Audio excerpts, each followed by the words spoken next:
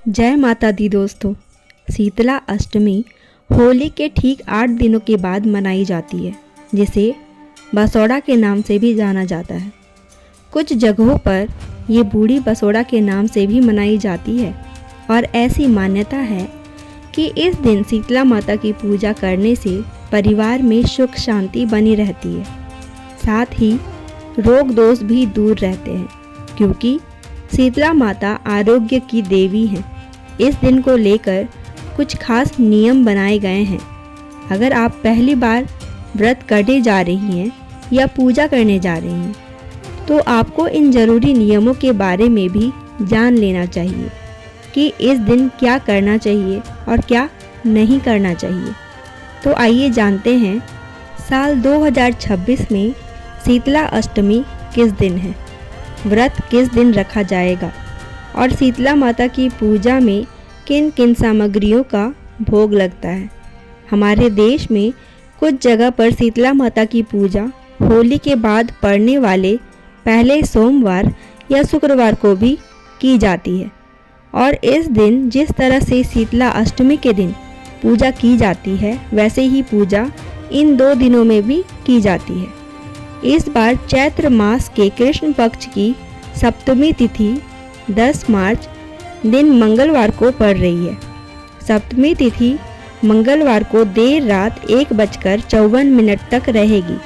इसके बाद अष्टमी तिथि प्रारंभ होगी, यानी कि अष्टमी तिथि 11 मार्च दिन बुधवार को 1:55 से जिस दिन तिथि की शुरुआत होती है उस समय से शुरू होगी और 11 मार्च दिन बुधवार को पूरा दिन अष्टमी तिथि रहने वाली है और अष्टमी तिथि का समापन होगा 12 मार्च दिन गुरुवार सुबह 4:19 पर।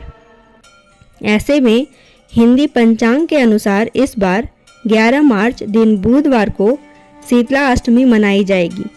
इसी दिन पूजा करके भोग लगाया जाएगा और जो भी व्रत रखना चाहते हो वो इसी दिन व्रत रख सकते हैं।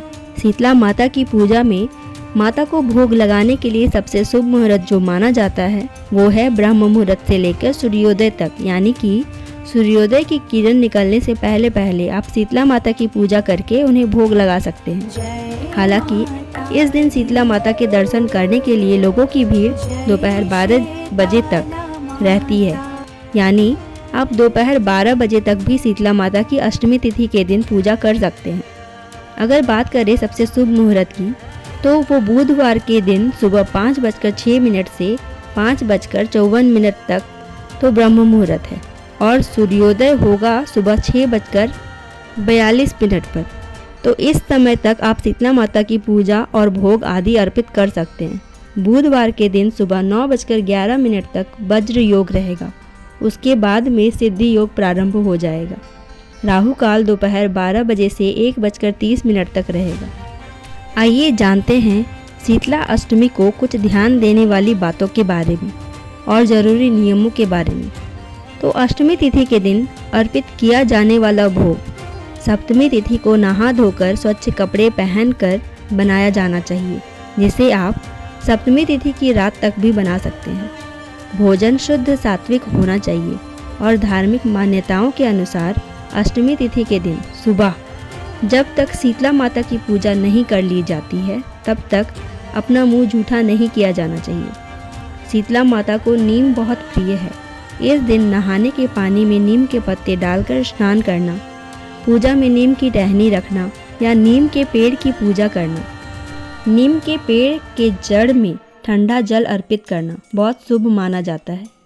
शीतला माता की पूजा करने से पहले पूरे घर की साफ सफाई करें, क्योंकि शीतला माता को पवित्रता बहुत प्रिय है। इसलिए घर का कोना कोना साफ रखें। अपने घर के मुख्य द्वार पर नीम के पत्ते के तोरण भी डाल सकते हैं। ठंडा जल माँ को अर्पित किया जाता है। ध्यान रखें जल एकदम शीतल हो। गुनगुना या गर्म जल शीतला माता को अर्पित करने से शीतला माता का प्रकोप भी सहना पड़ सकता है।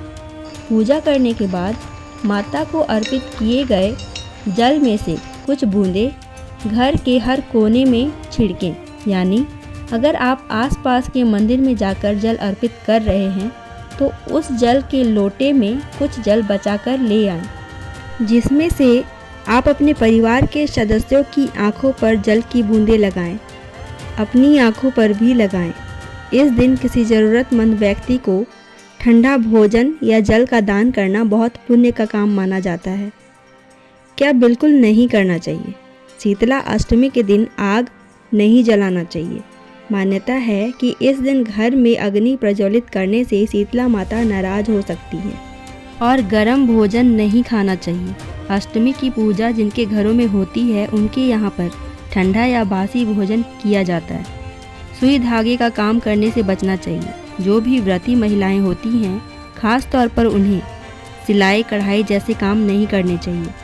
तामसिक चीज़ों का सेवन या स्पर्श इस दिन भूल कर भी नहीं करनी चाहिए। और कई जगह पर शीतला अष्टमी के दिन महिलाएं सिर से स्नान नहीं करती हैं और ना ही कपड़े आदि धोती हैं। इस दिन शरीर पर तेल लगाने या मालिश करने से भी बचना चाहिए।